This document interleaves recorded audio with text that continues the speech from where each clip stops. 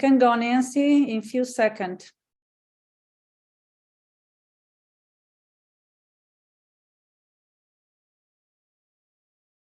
Good morning. Welcome. Thank you for coming on and attending the Impact is for Everyone Global Conference. Today is day 3 for the Americas. We're happy to see you here. And we just finished our first segment, which is on environment. Wow.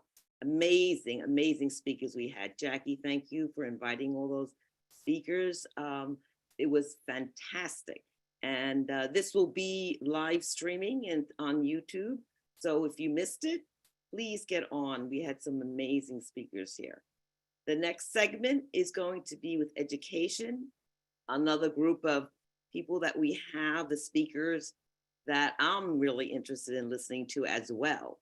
So for you that are new, I just want to let you know, the Impactful Women's Network is a global initiative designed to amplify your impact for individuals, irrespective of gender, race, or even nationality, because we're all striving to make a difference through our personal accountability.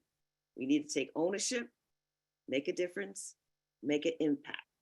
So I hope for everyone here, you are listening to all this, getting your ideas together and say, yeah, I do want to make a difference. I do want to make an impact. How we're going to do this. And for our platform, it's just not for women. As you can see online, we have men here too, but we acknowledge the importance of our spaces for women and safe spaces for a lot of the topics that we have coming forward. So thank you so much. I just want to let you know, my name is Nancy Chin Waring. I'm the National Chairperson for the U.S. Council for Spirit of the Game and the Continental Chairperson for Onboarding, because we will be building here the Impactful Women's Network. And we have a number of networks, business networks, coaching and consulting networks, enterprise networks. It's all coming about. So if you want to join us for this, please let Jackie, myself, or Derek or know what you would be interested in, because we'd be happy to get back to you on all this. So I will pass it back to Jackie. She's got the next set, which is on education. Thank you, Nancy. Thank you, Nancy. I have brought the cream of the crop today. That's the easiest way to say it. They are friends of mine that I have worked with for years, and I am so excited to be able to share them with you. And the whole point of the education cycle is, if it isn't totally obvious to the world, that literacy is the core foundation, other than the planet that we live in, that will both change and make it livable. Unless we have literacy around the world, it's all going to be little bits and pieces here and there. And what we're doing now, and the 3 people that I have that are on my panel, have various aspects of the education curriculum and a certain focus for each one of them. And I am so excited for them to, a couple of them already know each other. Well, I don't know, they may all 3 know each other by the time we get through. Doesn't matter. It's a matter of being able to look at your projects, to look at what you're doing, and to look at what you've done, so that we can all have ideas of what can be next. So the first of the 3 is Kurt, and Kurt is the ambassador of the Disability Channel, and he is a member of the Optimist International, USA Water Ski and Wake Sports, co-host of Happy Neighborhood Project, and a board member of Humans, which is United Nations United in Mutual Aid Networks, a volunteer at Helpopedia, which I could plug for quite a while. It's a perfect place to get all of you together. Global partner of the Afro International Film Market and Festival, and founder of Global Ability Fest, and founder of World of Ability Podcast Network. So he is going to bring the world of ability through the challenges of the disability and how we can solve that in the area of education. And then our second guest is Dr. Greg Spencer, who again, I could go on for hours on, because he has come from, I would say, a very disadvantaged background in his life, and even through the Black Panthers, to be able to get to a place of the opposite. And he took that from being a teacher to a superintendent to a board member to now one of the largest and most effective literacy apps in the world that you will be hearing about in major amounts. If it's the rest of my life that I do it, it will be there. Dr. Susan Taffert, I love her. I just love her definition here. An academic architect and CEO. Isn't that neat? Academic architect. I just love that. At Stealth Ed Tech Startup. Now, Dr. Susan has been in the academic world all of her life, mostly as a humanitarian, mostly as a disruptor to change what's happening in the global world and to change the education that we have at this point. She is creating a whole university system that is brand new. So if you have any idea about any of that area of being in the academic that's changing to more of a realistic learning situation, Dr. Susan is the one that you want to talk to and about. So these three, as you can see, the building together of these three environments literally will change the world as we know it today with your help. They're not going to do it alone, obviously. And so they are going to tell us, very much like we had last time, exactly your first question will be, and we're going to start with Kurt. Kurt, is how did you get involved in your area of expertise, and how does your area of expertise help the community? Kurt, you're on. All right. So, I guess I use different cliches like ripple effect, domino effect, whatever. I'm 51 years old, and I kind of look at it as the decades went by, there were just certain things in my journey that fell into place. So having parents and grandparents and like Lions International, Knights of Columbus and so forth, and then being born into a water ski community, the sport of water skiing, really is what ignited it to me, because 10 years ago, I had an opportunity being an amateur show ski performer to take a gentleman with cerebral palsy, a power wheelchair user, on our sit ski. So for 35 years now, we've been doing a once-a-year program taking adults with disabilities water skiing. And what happened in our club is that a couple of the leaders told me no to something that I already, with a handful in our club, already had set to go. So dealing with that impasse of having something taken away because of mindset and stigma and just the way our culture works, it was upsetting to me enough that I got with my family and I said, what do you think about this? And as a family, we decided it wasn't good. And we wanted to turn it around to the good. So we created the Inclusion to Water Skiing campaign, the Everybody Skis program. And in 6 years in the state of Wisconsin, USA, we more than sextupled the access to the sport of water skiing. So it was through committing through something fun and rewarding. And what I learned can be coined as therapeutic recreation.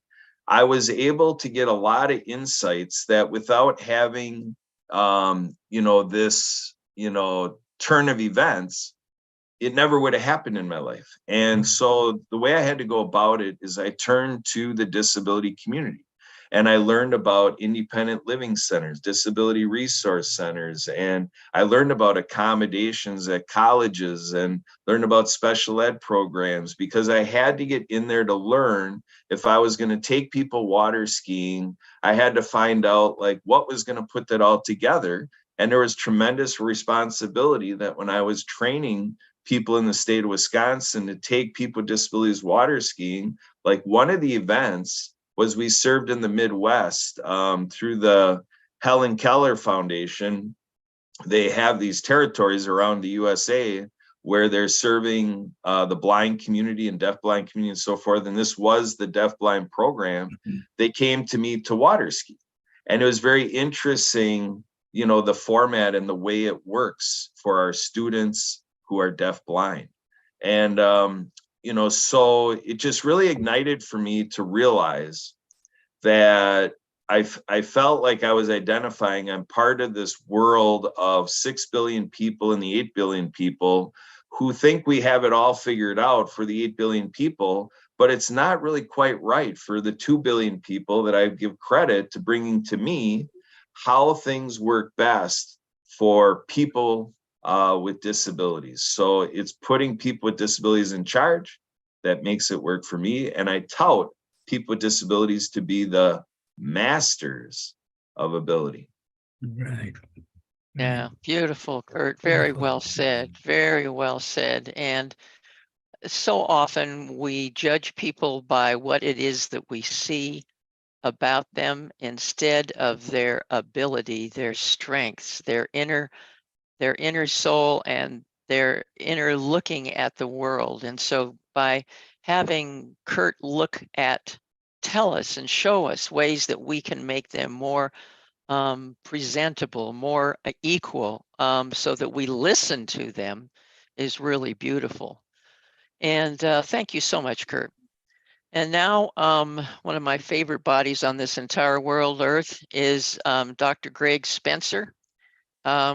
Greg, would you please enlighten us as to the wonders that I could go on for days about Footsteps to Brilliance? And let us Jackie, know first of all, how you got there, how you sure. got there, and what we're going to do. Well, sure. Well, first of all, I want to thank you and everyone in this conversation. We all have a story, and briefly, my why is very simple. My legacy that I seek to leave is, along with great partners like you and others in this conversation, is to eliminate illiteracy in every single family on the planet.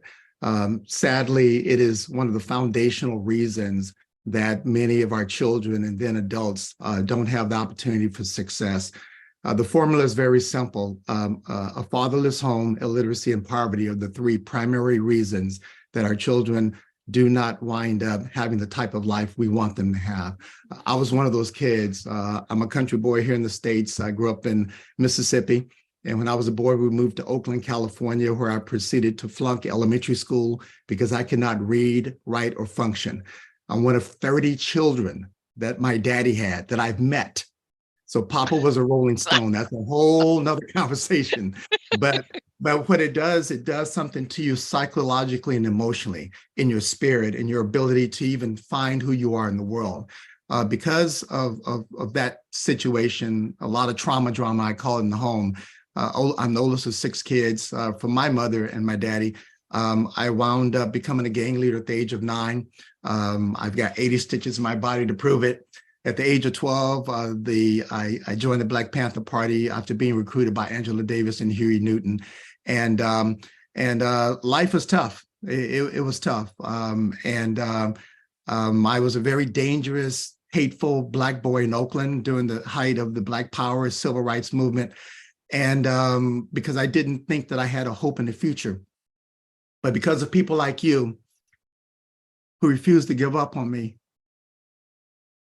a police officer, a community leader, and a teacher conspired to save my life. And I wouldn't be talking to you today if it was not for them. They saw something in me I did not see in myself. And I eventually was able to go to college, dropped out, went back because I had not dealt with my trauma from early childhood and got help for that. Eventually became a teacher in LA Unified, a principal, a school board president, elected city commissioner, and a superintendent. So I was able and blessed to turn my record into my resume. So the work that I do, that we do, is to really help. And I never would think that I would have been vice president of a literacy company of all things. But what I find is this, is that when we're able to engage our families, and the thing that I tell people as I speak all over the country, all over the world, is that if you want to destroy a nation, you must first destroy the family.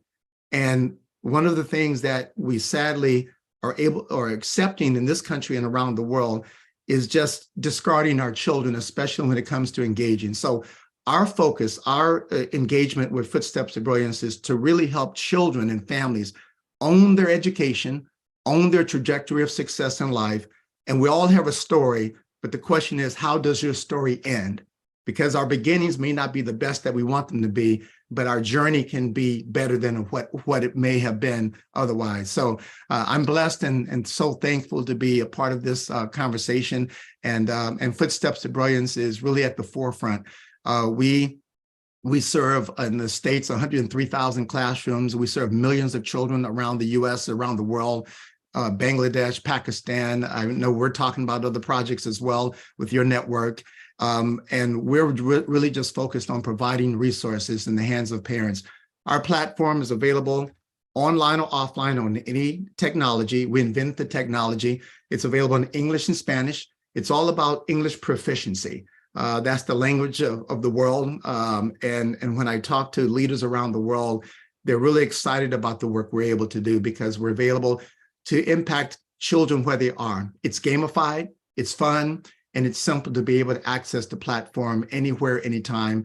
And because of that engagement, 15 minutes a day is all a child needs to play with Footsteps to Brilliance.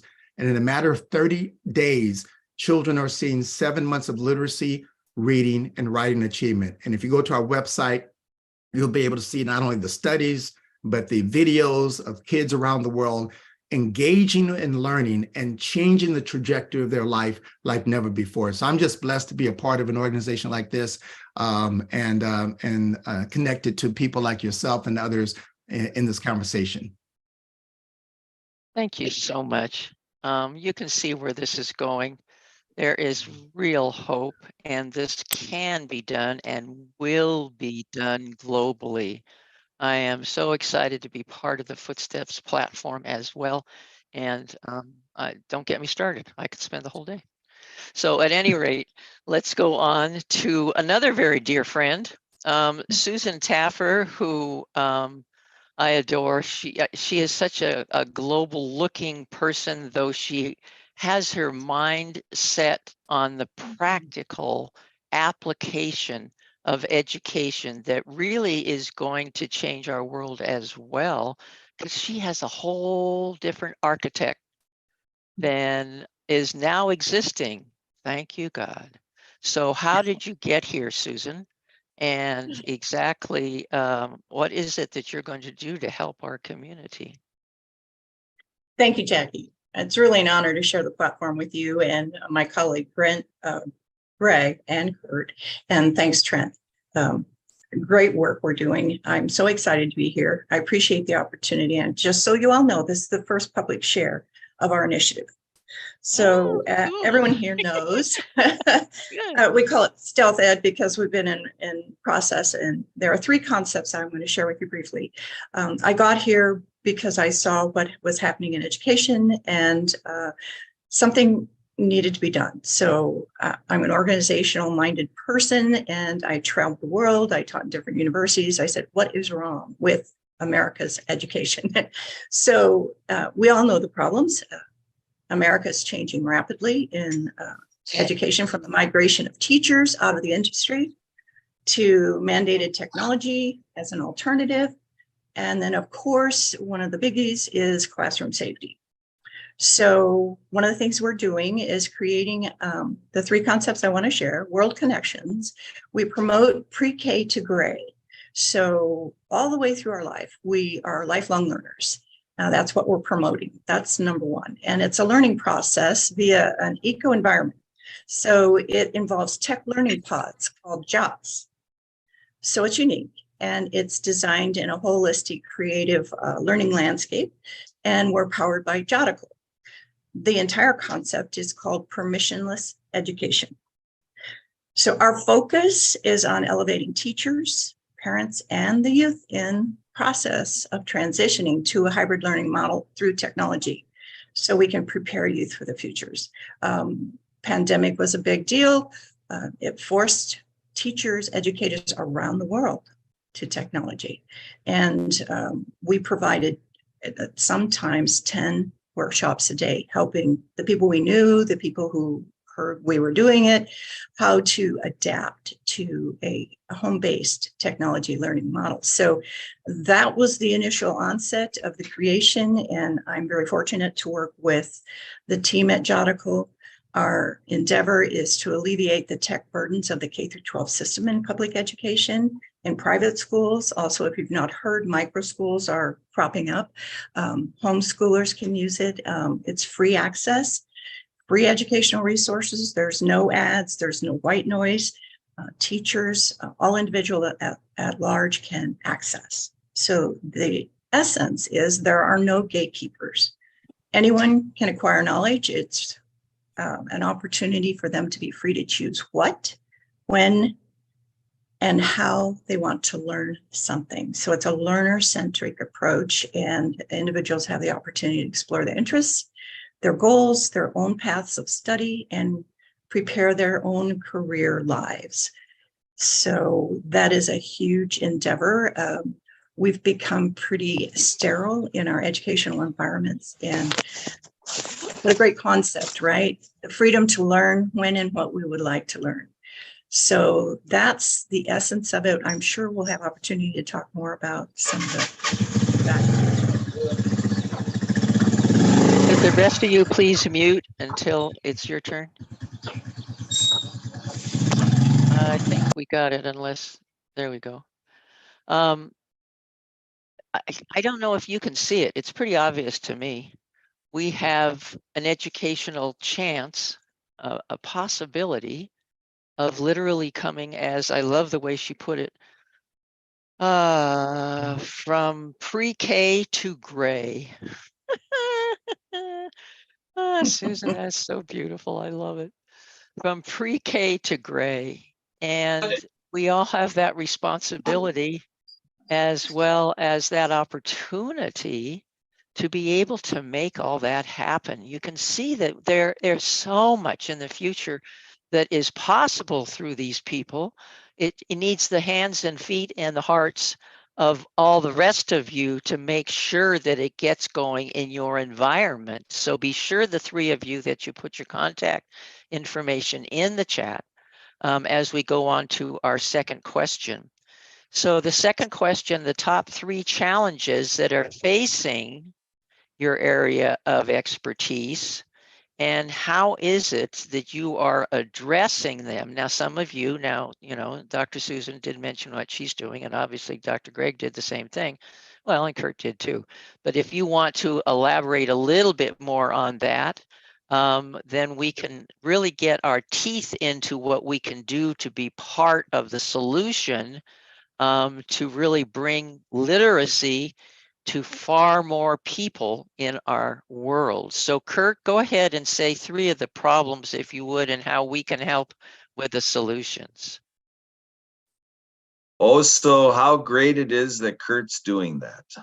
So the idea is great for Kurt to do. And as soon as they say that, they're revealing that they're not going to do it and put what I'm sharing to practice. So what I've done is I've got a friend that told me once that she celebrates how I'm a disability ally. So I guess that's how I go about it. I come right out and say that my message is for people that don't have a disability to think about their relationship or lack thereof. Like I would say, big void for me, that's a little bit of where I'm coming into, is to have a better relationship with the disability community worldwide. And to open ourselves up to this, because it was just amazing what I learned through that. Another thing is with the Shirt Tail Relative, really got me to concentrate on stigmas. So the idea with that is, in a business group, we had a business person tell us, well, the thing is that people with disabilities are viewed as a liability. So that's a little bit, so that's kind of where my mantra of master of ability comes from, to flip the script, as some people say in the streets and so forth. We have to shift the paradigm to say that, what we want people with disabilities to be at the forefront and to lead this thing, not to be victims of pity, like, oh, too bad for that person or child with a disability. Yeah, there maybe is something there, but it's not because they're a person with a disability. It's a little bit of our limitations. And I raised my hand with that too. I went in to learn about all this because I realized the personal development was for me. And the other idea is I've been a part of a lot of groups, like to the tune of 100, like this, where it's like a lot of great stuff happening, like the leadership here is doing and how everything's instrumented to spread the word out. So every group wants this, to take the great thing we're doing here and get more people out and around knowing about it. And that's why I got into media. I was serving, well, I guess, first of all, I was doing an event called Ability Fest, which now you heard it, that I presented as Global Ability Fest. And working on that, I stumbled upon the Disability Channel. And so that's where I've been involved for a few years. And I've done a radio show. But this mass media thing is to create this platform that all of you can come into. And it's just a clearinghouse, and it's got like all the social medias and everything where people can opt in that for what you have to offer. If people out there are wanting what you have to offer, to create that clearinghouse, to matchmake, because every group needs us. So to be a marketing machine is one of the things I'm working on. Back Perfect. to you. Perfect. That's great. Oh, that's wonderful. And being aware of the stigma that's out there, as well as the platform that Kirk has for you to see and to be part of the change is what's so important. And I'm being reminded that we also have ways that you can become engaged. We also have, I don't see it here, but Trent, we do have a survey, right? We have a survey that we can do just generally. That Yes, you can fill at out. the end of the segment, I will go over all You'll of put these on the links. survey. Just wanted Okay. to Okay. give people some Great. heads up so they can Yeah. be looking Thank you. ahead. But yeah, the last couple minutes before we turn off the recording, hopefully this time I'll show Okay. everybody all the Just- links on our webpage, but continue with the program. Okay. Thank you, Trent. I didn't see, there are too many people there. I couldn't tell. Thank you so much. Now, Dr. Susan had told us a little bit about her program. However, it is so new and Shiny's different. Would you tell us also, I mean, you could hardly get into any depth in that amount of time. However, tell us how we might be able to assist you in either getting you possibly some of your professors or telling people about it so they become involved. Dr. Susan, enlighten us, please. Certainly. I'm happy to share.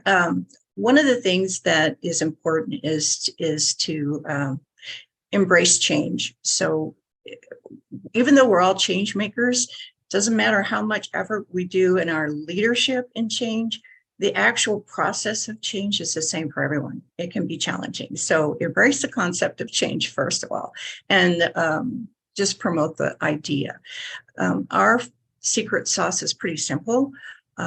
We provide education learning pods by professional educators who have a passion for teaching and then who also have experience on technology platforms and embrace the concept of permissionless learning. So it sort of eliminates the hierarchical approach of who has the knowledge and who's the broker of knowledge. So that is first. And then secondly, we are ready to scale. I have organizations and individuals that are promoting their businesses that want to engage in special training opportunities.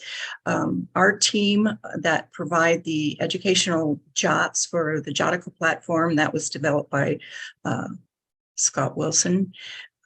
We are all educators and professionals in our field. So we have a wide variety of people that are ready to come on board.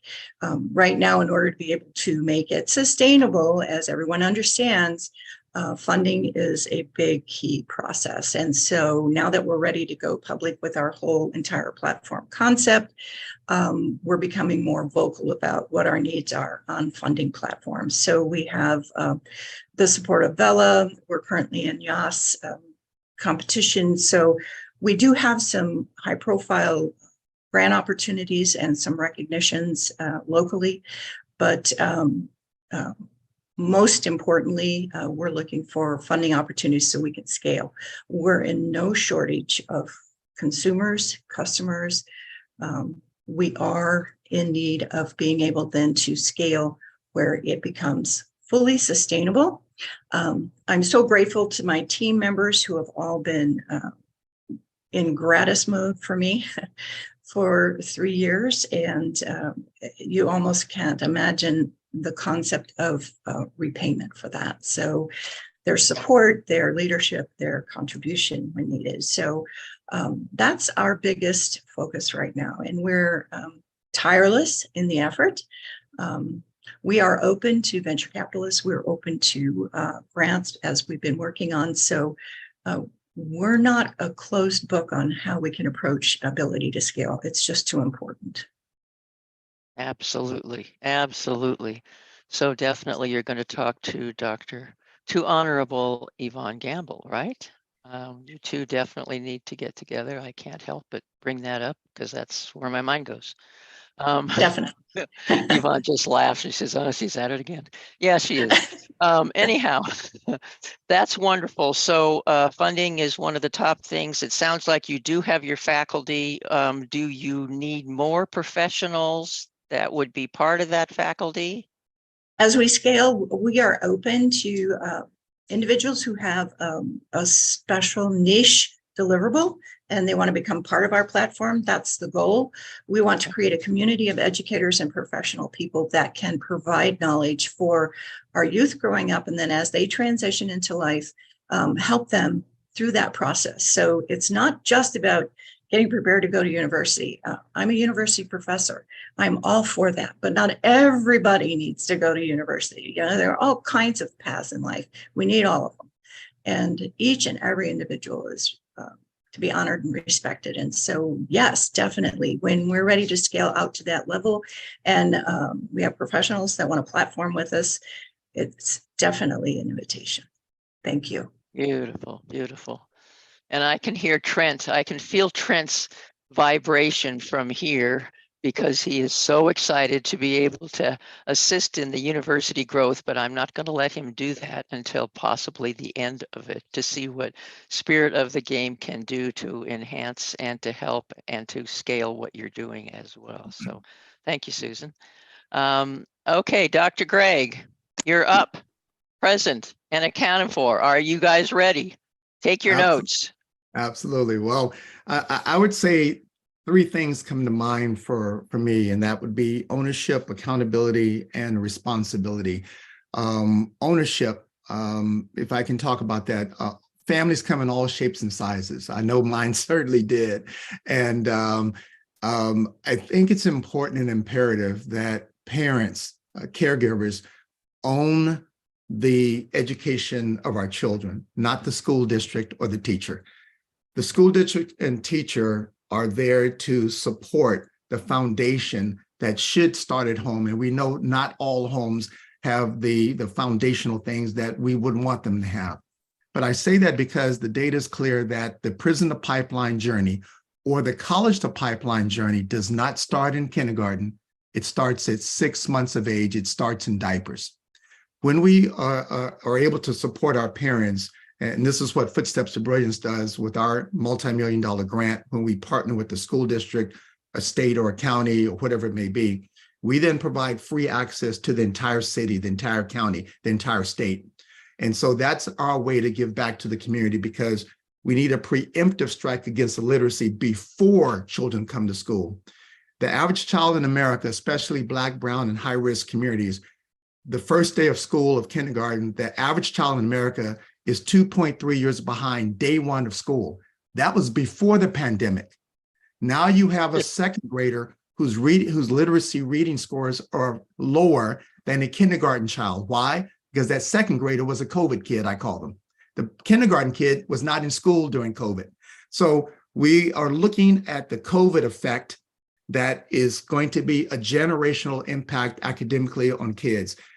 There's a thing now, you may have, I don't know if you've heard of it. It's called absentee phobia, where children now, in some districts, up to 22% of children refuse to come back to school because there's a psychosocial, emotional effect that has happened with our kids because of not COVID, but our impact and our response to COVID, because it has really created unfortunate havoc with our children's social and emotional well-being.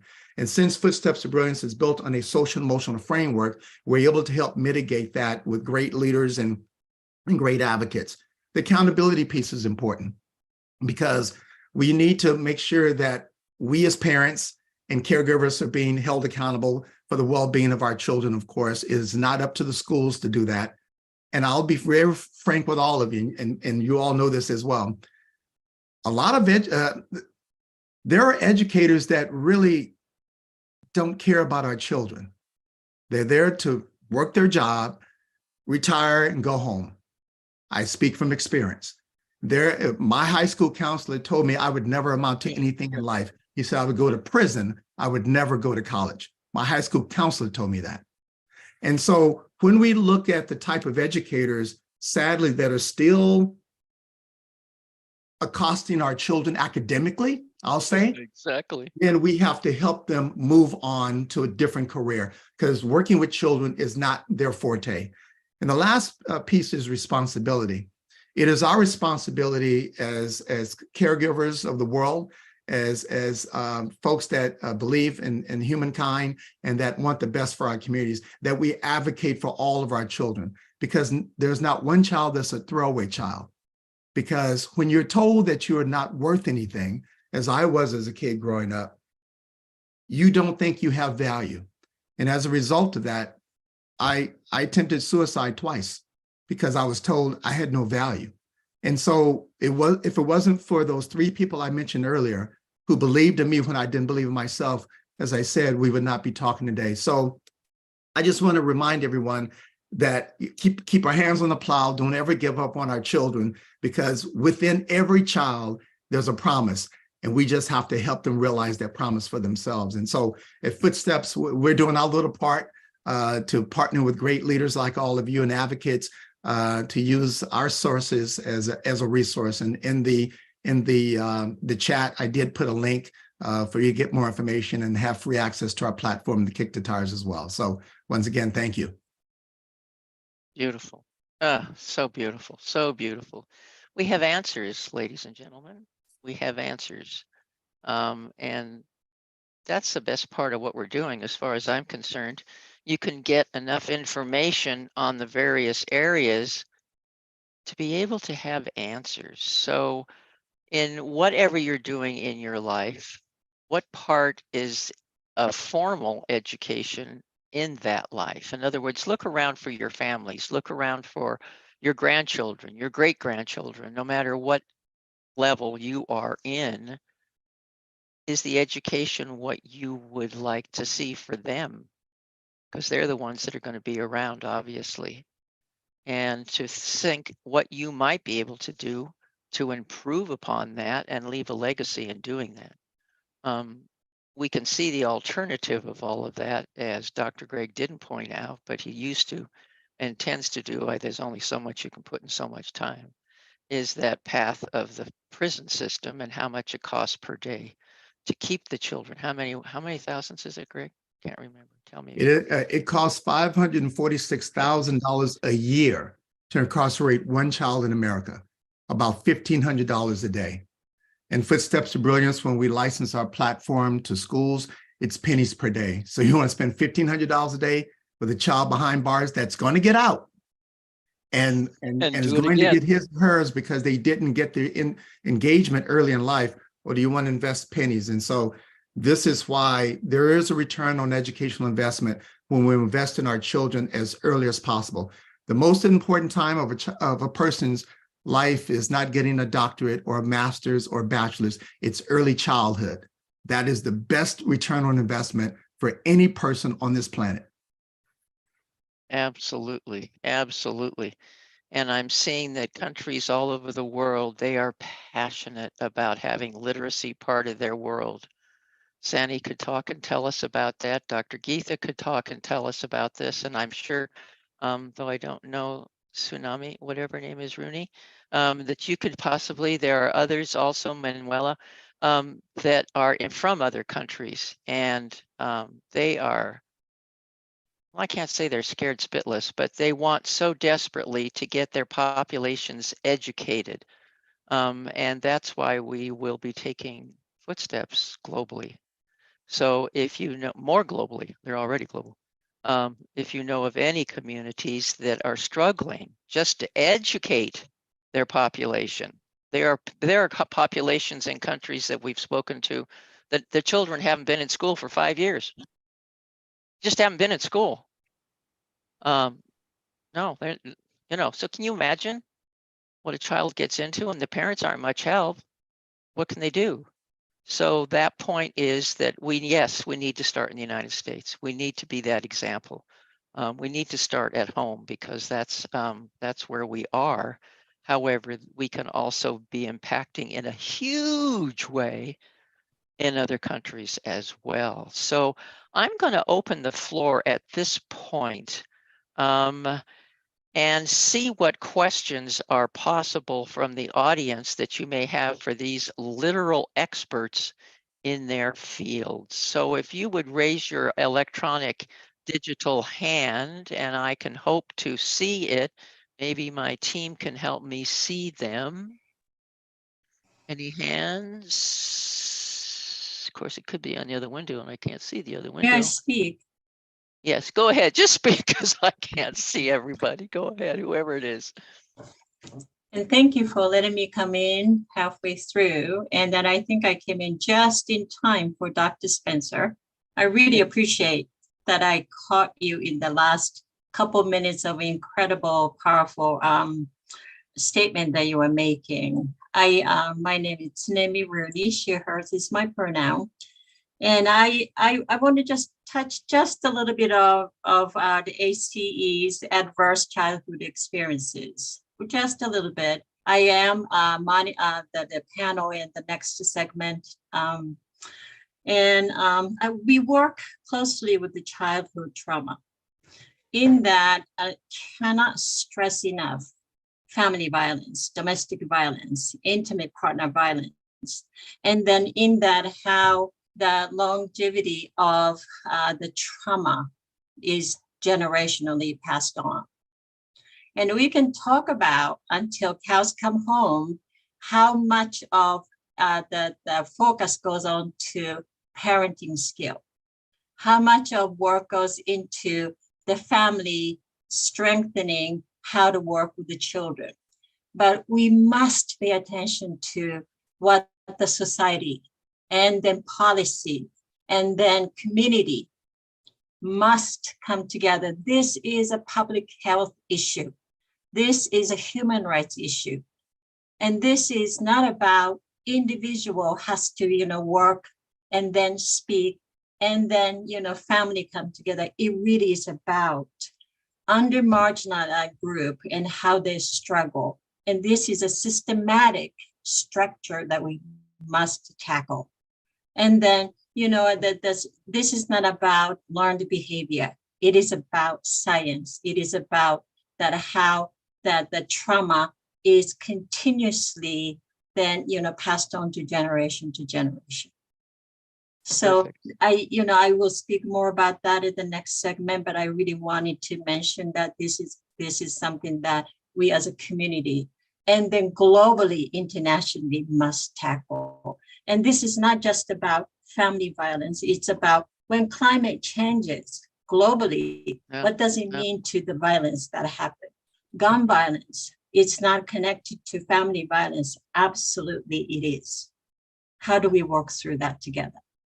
Yeah, absolutely. Good points. Actually, very good points. Thank you so much for that. Dr. Pamela, please unmute yourself and speak. Okay, I am so excited this evening. In Kenya, it's late in the evening.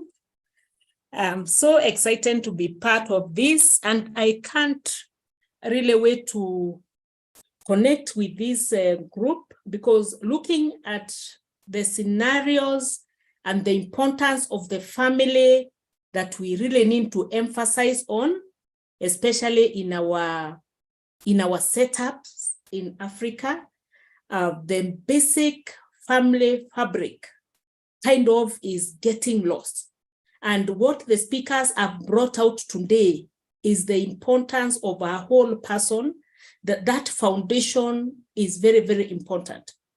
And for me, it's a big benefit for being here. And I thank Dr. Greg and the rest of the speakers for bringing this out very, very clearly. And the passion that they have in their projects, it's really commendable. I am learning a lot, and I am so glad to be here. Thank you, Jackie. Thank you so much for being here. And the more ideas that we generate here in the United States can be adopted into other communities. Obviously, we are in the process with Spirit of the Game to be able to create a template in Kenya that will address the health as well as the literacy, to be able to take it literally as a template to the other countries, at least in the continent of Africa. And hopefully with the people that we have just heard from, that we'll be able to, in the United States, to empower as well. So there's a lot that is being done, especially through Lifesavers Ambassadors International, as well as, which you haven't heard much about, but it's a combination of Spirit of the Game and the two of us that are going to be able to do that. Now, Christina, you had a comment to make. Would you please unmute yourself and talk with us, Miss ESL? I just wanted to say thank you to everybody for sharing. And I met Jackie last week, and so I'm very glad to be here today. I just wanted to ask Dr. Spencer, if you could talk more about the literacy app that you, Jackie had mentioned that you have a literacy app. And so along those lines that Jackie was just saying about getting it out internationally, I'm wondering what you're doing, like specifically in refugee camps and with women. And also, Dr. Taffer, if you are working with Dr. Spencer to, I just think that would be a really cool connection. Yeah, absolutely. They are. Go ahead. Great. Go ahead, Greg. So I'll start off, and Dr. Taffer, you can add, please. If I may quickly address Ms. Rooney's comments. My doctorate is from MIT, is in early childhood trauma and the impact on learning. And so I do a lot of work with ACEs and a lot of counseling. And to your point, you're absolutely correct. My ACEs score is an 8 out of 10, and we want our children to have a 0 out of 10. So that gives you a little background about my journey. But most importantly, the trauma that children experience in the home or the lack of support is a major contributing factor of their ability to learn. And so when we look at Ms. Kaufman, your question in the chat, I did put a link in to information about our services. But in a nutshell, what we are able to do is we've served the Rohingya refugee camp. We've served in Bangladesh and Pakistan through organizations similar to the one that Jackie represents, and the Right Honorable Yvonne. We work with organizations that have feet on the street, so to speak, because we really want to engage people where they are and make sure that it's really culturally supportive of their community and being honoring of their community. That's critically important. We're not doing anything to anyone. We're doing it with them and for them, and to support their outreach as well. And then the last piece I'll address is the fact that we find that our platform is available online and offline. So I can access the applications live via the internet, or I can download our 3 apps. And we're coming out, I'll give you all a sneak preview. We're coming out with the financial literacy application by December. It's phenomenal. And it's going to teach our children and our adults about money and saving and all the things that we sadly miss as we grow up. But one of the things we really focus on is making sure that it's simple and gamified, 15 minutes a day for children to play with, or adults.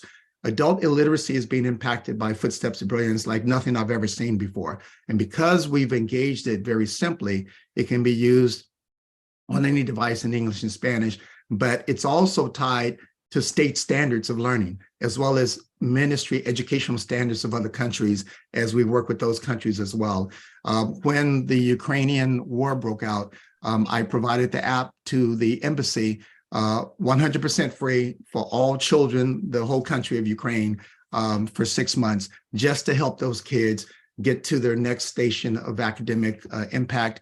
And then during natural disasters, I provided free during hurricanes and floods and things that happen to U.S. population and other places. So we are not only providing these resources, but we are a part of the solution of helping humanity. So that's one of the core values that we have in the work we do as well. Beautiful, absolutely beautiful. And if any of you are involved at all in refugee camps, would you please let me know about that, because we have other resources for refugee camps that will assist the children to adjust and to transition to what their life is going to be. So I have my contact information as well as my email upon my picture if you have any contacts with refugee camps, because we need to build this foundation to be stronger. Now, are there any other questions? We have a couple more minutes, but let's see if we can get Trent to say his few things before we stop the recording. Mr. CEO. Always good for a laugh there, Jackie. Yeah, thanks. I'm not a chief executive officer. I'm a chief cat herder. Cat herder. Yeah, we know that. Yeah, so just wanted to make sure that our web team is getting their proper credit for all of the hard work they have been doing over the last several days to prepare for this conference. We've been using the analogy of sometimes when you organize a house party, you use that as your excuse to get the house cleaned up. Well, in this case, we built a whole new bar and cleaned out the balcony. So, and of course, perfect timing. My doorbell rings, but kid's coming home from school, so I better let him in, otherwise I'll get an earful. All right, that's done. So I guess that is going to force me to keep this short. While he's in the elevator coming upstairs, I get to give you all the quick update on the website and then let you wrap this back up. Okay, so 5 new buttons right there. It's at the top of every one of our pages. We are going to be cleaning up the menu as well, but for now, we wanted to just focus on these 5 pages. So number 1, subscribe. We now will have 6 monthly newsletters going out. We're using the analogy of, think about it as getting the paper, and there's a sports section and a culture section and a business section, and hardly anybody reads all of them. So why do you have to get them all? You don't anymore. Now you can subscribe to exactly whatever Spirit of the Game news you want. Globally, the Impactful Business Network, the Impactful Women's Network, or the news and updates from Africa, from Europe, or from the US. And all of those are going to be available via email, via LinkedIn, or via WhatsApp. So whatever communication platform you prefer to get your news on, you can go and sign there. You can mix it up if you really want to. In the future, there will also be on youth leadership, climate and sustainability, and our other divisions. We're just leading with these 6 to start with. So please go there, subscribe to make sure you get the news about upcoming events, but also other partnerships and programs that we're initiating. The donate button is now live. All of you, most of you are there in the US. We are a US registered nonprofit. You can donate to our parent NGO there. It's called 10 Million Discs, just in case you're wondering if it is the same organization. Yes, it is. All right, if you're going to interrupt, you have to say hi. Yep, say hi, Trent Jr. Okay. Hi, Trent Jr. Okay, when I'm talking, that's the rule, Trent. If you interrupt while I'm talking, you have to say hi. I'll be with you in 1 minute, buddy. Okay, and a new volunteer form. No, Trent, you have to wait 1 minute. From Switzerland still, yeah. Yes. Volunteer form, super straightforward. If you're interested in getting involved with our organization at any level, even if you only have 2 or 3 hours a week, for online work at your own schedule, that's fine. We can accommodate that. We have teams working on lots of different areas. Just tell us what your availability is. Tell us what your interest areas are. Tell us if you want to lead a team or just join a team. All of that is right there in that form, and we'll just put you in touch with whoever's most appropriate to guide you through the next stage of the journey.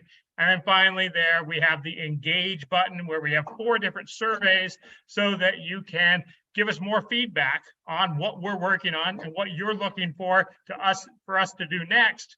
And the cool thing about each of these surveys is every time 50 people complete one of those surveys, we're going to draw a name out of the hat and give them either a free membership or a free impactful coaching or consulting session.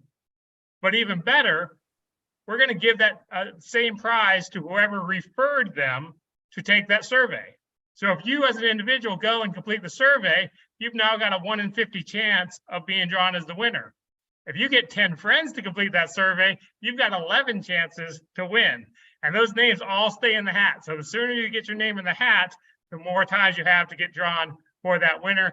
And then, of course, there for TIWN.org, it is a membership organization. It is live, it is running. We have our own dedicated social media platform, weekly events, and a lot of other benefits coming soon. Check that out. And thank you all for attending and being patient with me as my son came home. You're so funny. Keep in mind that 11 o'clock Pacific time, we will have a wrap up of what's happening for the day. And we really would love to have our speakers back at that point so that we can really get down to some questions and maybe some more involvements. That will be very important. And as I finish my segment, before you actually unrecord us, let us just consider the quote, and you've heard it many times if you've been around me, that Gary Spence has given our world that I totally believe in, is to be open to wonder rather than closed by belief. Be open to wonder rather than closed by belief. Thank you all. It's been so much fun. Now, stay tuned. Stay tuned for the next segment, which is very delightful. And Nancy, you're on. So Simonetta, you want to go down? I can't because I was pushed out from internet connection and I'm not the host anymore. So Trent, you can do it. Okay, I'm back again, the host.